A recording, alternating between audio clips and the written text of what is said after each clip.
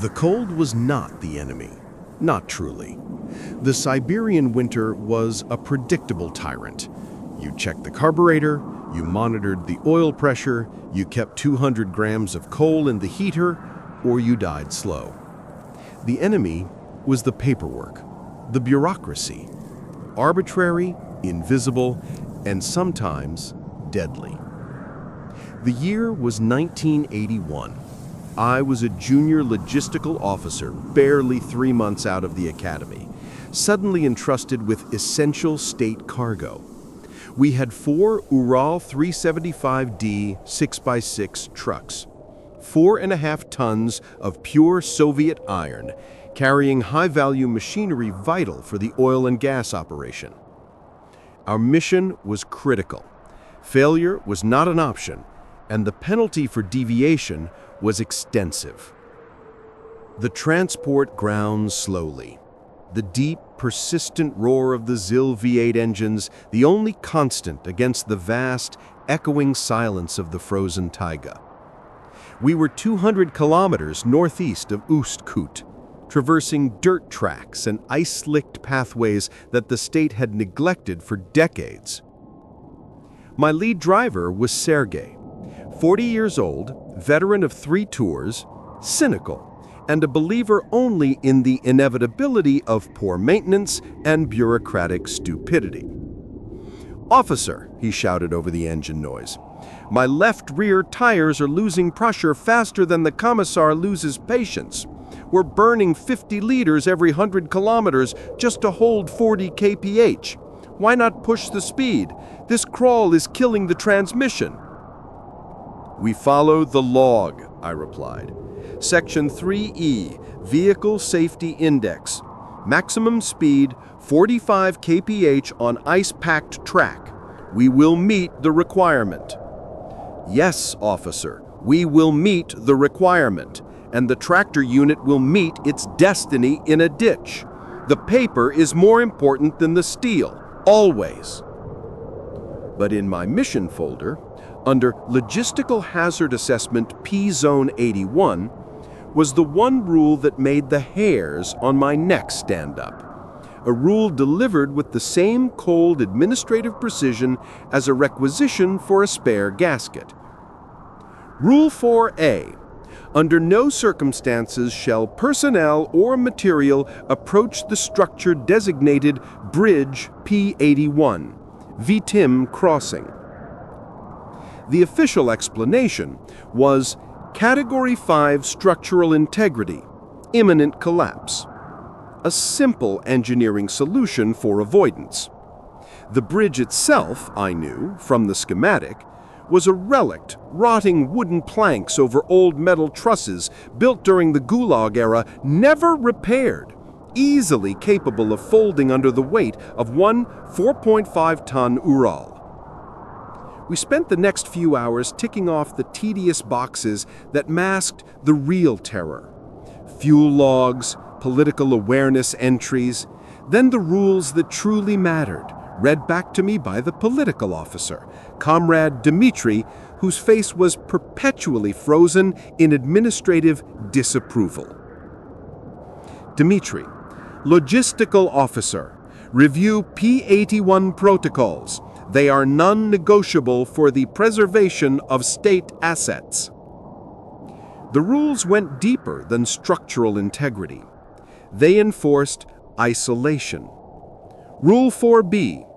All communication devices, including standard shortwave radio and field telephone, must be deactivated within 10 kilometers of Bridge P-81. Rule 4C.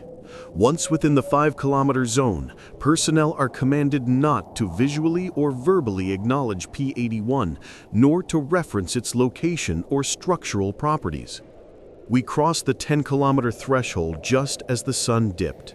The horizon vanished into a brutal, flat gray. I watched Sergei ahead of me lift his radio handset, a casual attempt to call the next depot, a casual violation of Rule 4B. A second later, he threw it down. Not static, absolute dead air. The silence was immediate. The protocol had teeth, even for the smallest infraction. The long, deep silence of the taiga was broken only by the loud, persistent, and now deeply unnerving roar of the ZIL V8s. Act 2. Discovery and the midpoint spike, 1500 to 3000. We were snagged 7 kilometers from the bridge. The third Ural hit a patch of hard permafrost churned up by previous equipment. Differential seized up. We were dead in the water, immobile, stuck in the heart of the exclusion zone. We spent 90 minutes under the hood, the massive 7.0-liter engine now a cold, indifferent block. Dmitri was sweating, furiously documenting the violation under unforeseen circumstances, but the official log offered zero guidance for stationary personnel in the P-81 zone. I needed to know more. Desperate, I checked the old maintenance log, tucked away under the driver's seat. It was from a mission 3 years prior. Taped to the last page, there was a handwritten note, an unofficial supplementary protocol. It was insane. Rules that no state-sanctioned document would ever acknowledge. The silence rule must be maintained with all metal objects. Never allow shadow or reflection to fall upon the river water beneath P-81 during low-light hours. If forced to stop, leave a tribute of organic matter facing upstream. The Soviet state denied the supernatural. It was counter-revolutionary. But this hidden document proved that someone knew the official rules were merely a crude barrier designed to contain something real. The threat wasn't a structural hazard. It was a territorial entity, perhaps the ancient legends of the Siberian woods, that demanded observance of primitive rituals. I had to choose: follow the official protocol and risk the entity, or follow the rules of a dead man and risk the gulag for superstition. We couldn't move, but I could comply subtly.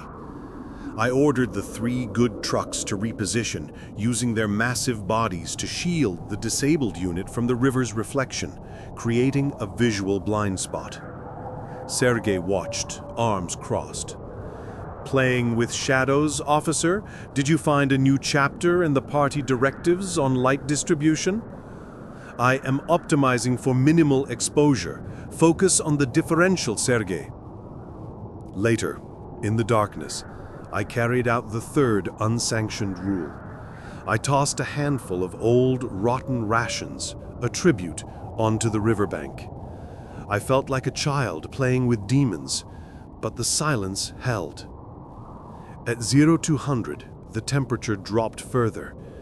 Sergei had had enough. He climbed into his cab and found a small portable generator set, likely based on a ZIL 130 component. I am freezing my kidneys, officer. I am activating the maintenance generator. I need heat. The generator roared to life, a direct, blatant violation of Rule 4B. Electronic noise, high and sharp, screaming into the silence. Sergei, cut the power. That's Rule 4B. To hell with Rule 4B. The state can send me to Magadan when I'm warm. I didn't see anything, but I heard the sound. Wet, tearing. The sound of forced separation. The truck's door ripped clean off its hinges. The cab was empty. Sergei was gone.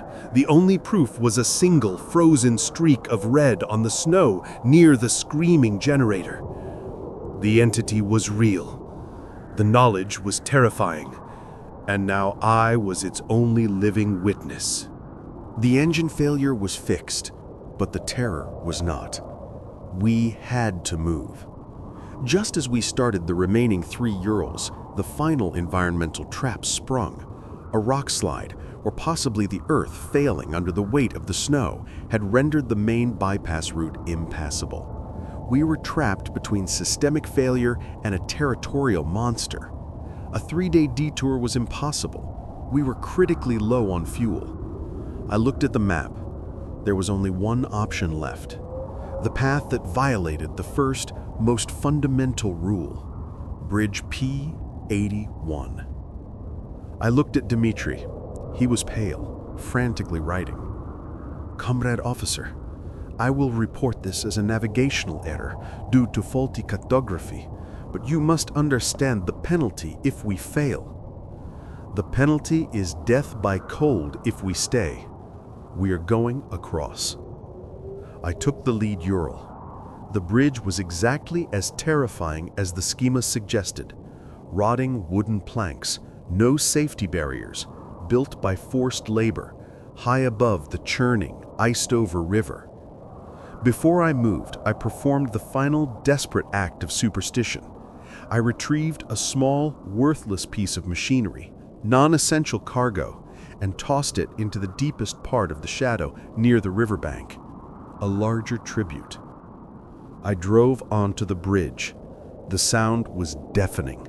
The continuous roar of the Ural's engine provided a temporary psychological defense, but it was being devoured by the sound of the structure's collapse beneath us.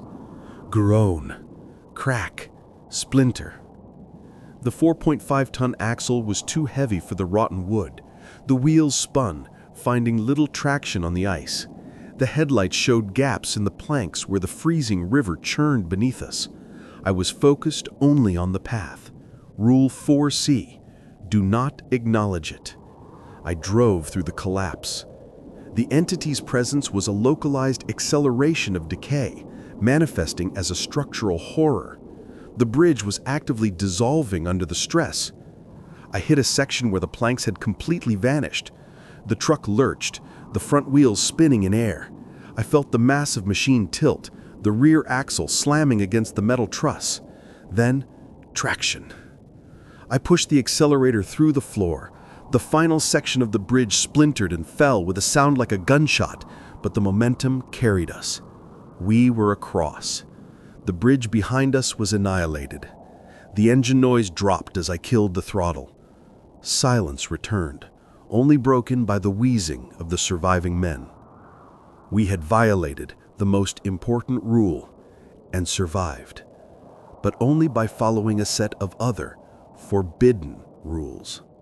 The cargo was delivered. The mission was a success. In the debriefing, the political officer, Dmitry, filed his report. The lost trucks were due to inadequate winterizing procedures. The bridge was compromised by accelerated thaw and inadequate structural repair funding. The death of Sergei was due to unauthorized equipment operation and a fall from the vehicle. Dmitry looked at me, his eyes dead.